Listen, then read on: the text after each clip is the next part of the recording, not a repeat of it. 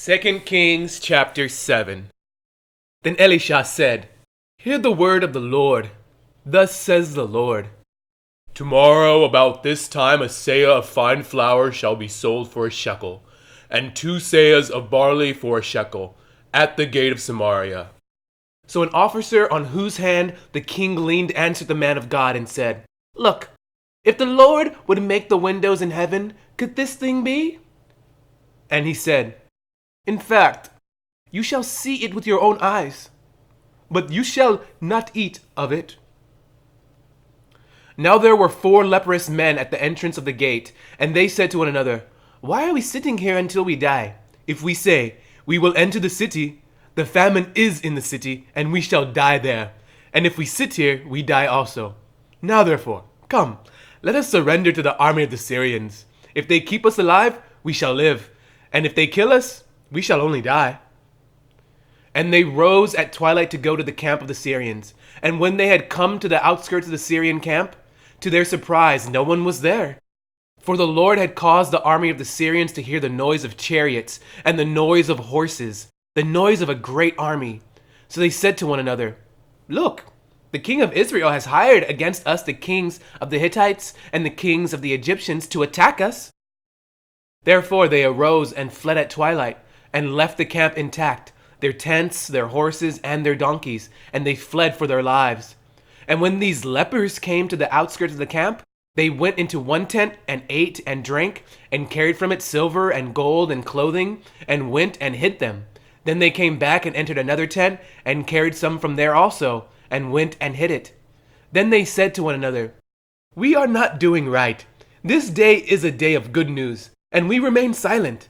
If we wait until morning light, some punishment will come upon us. Now therefore, come, let us go and tell the king's household.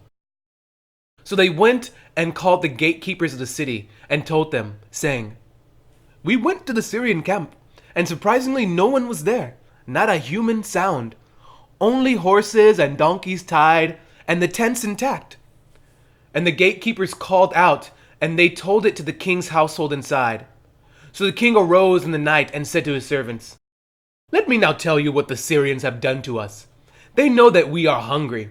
Therefore they have gone out of the camp to hide themselves in the field, saying, When they come out of the city, we shall catch them alive and get into the city. And one of his servants answered and said, Please, let several men take 5 of the remaining horses which are left in the city. Look, they may either become like all the multitude of Israel that are left in it, or indeed, I say, they may become like all the multitude of Israel left from those who are consumed.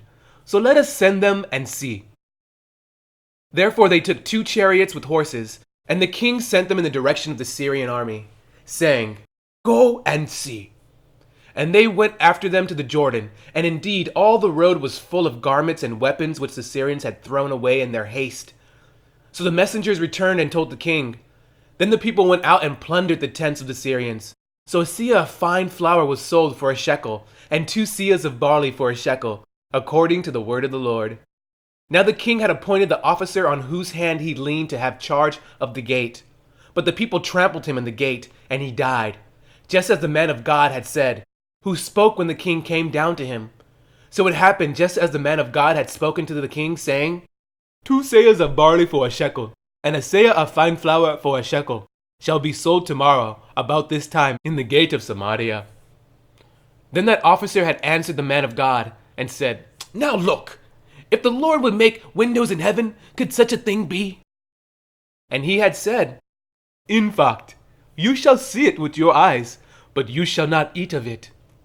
And so it happened to him, for the people trampled him in the gate, and he died. 2 Kings chapter 8. Then Elisha spoke to the woman whose son he had restored to life, saying, Arise and go, you and your household, and stay wherever you can, for the Lord has called for a famine, and furthermore, it will come upon the land for 7 years. So the woman arose and did according to the saying of the man of God, and she went with her household and dwelt in the land of the Philistines 7 years. It came to pass at the end of 7 years that the woman returned from the land of the Philistines, and she went to make an appeal to the king for her house and for her land. Then the king talked with Gehazi, the servant of the man of God, saying, "Tell me, please, all the great things Elisha has done." Now it happened, as he was telling the king how he had restored the dead to life, that there was the woman whose son he had restored to life, appealing to the king for her house and for her land. And Gehazi said, "My lord, O king, this is the woman, and this is her son, whom Elisha restored to life." And when the king asked the woman, she told him. So the king appointed a certain officer for her, saying, "Restore all that was hers, and all the proceeds of the fields from the day that she left the land until now." Then Elisha went to Damascus, and Ben-Hadad, king of Syria, was sick.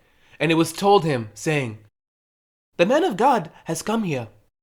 And the king said to Hazael, "Take a present in your hand, and go to meet the man of God, and inquire of the Lord by him, saying, Shall I recover from this disease?"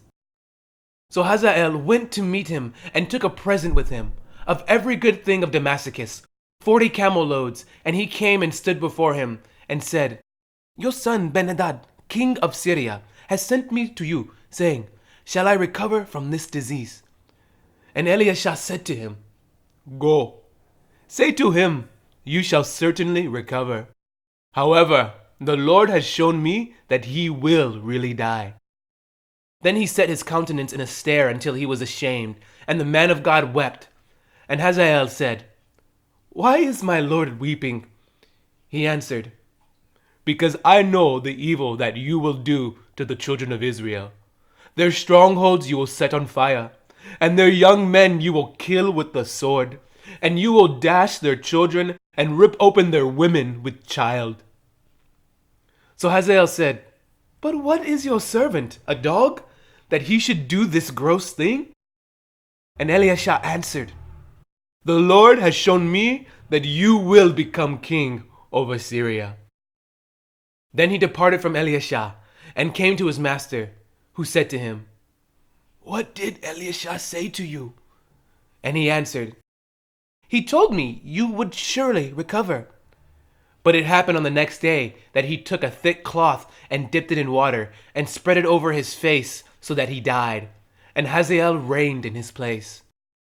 Now in the 5th year of Joram, the son of Ahab, king of Israel, Jehoshaphat having been king of Judah, Jehoram, the son of Jehoshaphat, began to reign as king of Judah. He was 32 years old when he became king, and he reigned 8 years in Jerusalem. And he walked in the way of the kings of Israel, just as the house of Ahab had done, for the daughter of Ahab was his wife, and he did evil in the sight of the Lord. Yet the Lord would not destroy Judah, for the sake of his servant David, as he promised him to give a lamp to him and his sons forever. In his days Edom revolted against Judah's authority, and made a king over themselves. So Joram went to Zair, and all his chariots with him. Then he rose by night and attacked the Edomites who had surrounded him and the captains of the chariots, and the troops fled to their tents. Thus Edom has been in revolt against Judah's authority to this day. And Libnah revolted at that time. Now the rest of the acts of Joram, and all that he did, are they not written in the book of the Chronicles of the kings of Judah? So Joram rested with his fathers, and was buried with his fathers in the city of David. Then Ahaziah, his son, reigned in his place. In the 12th year of Joram, the son of Ahab, king of Israel, Ahaziah, the son of Jehoram, king of Judah, began to reign. Ahaziah was 22 years old when he became king, and he reigned 1 year in Jerusalem. His mother's name was Athaliah, the granddaughter of Omri, king of Israel. And he walked in the way of the house of Ahab, and did evil in the sight of the Lord, like the house of Ahab, for he was the son-in-law of the house of Ahab. Now he went to Joram, the son of Ahab, to war against Hazael, king of Syria, at Ramoth Gilead, and the Syrians wounded Joram. Then King Joram went back to Jezreel, to recover from the wounds which the Syrians had inflicted on him at Ramah, when he fought against Hazael, king of Syria. And Ahaziah, the son of Jehoram, king of Judah, went down to see Joram, the son of Ahab, in Jezreel, because he was sick.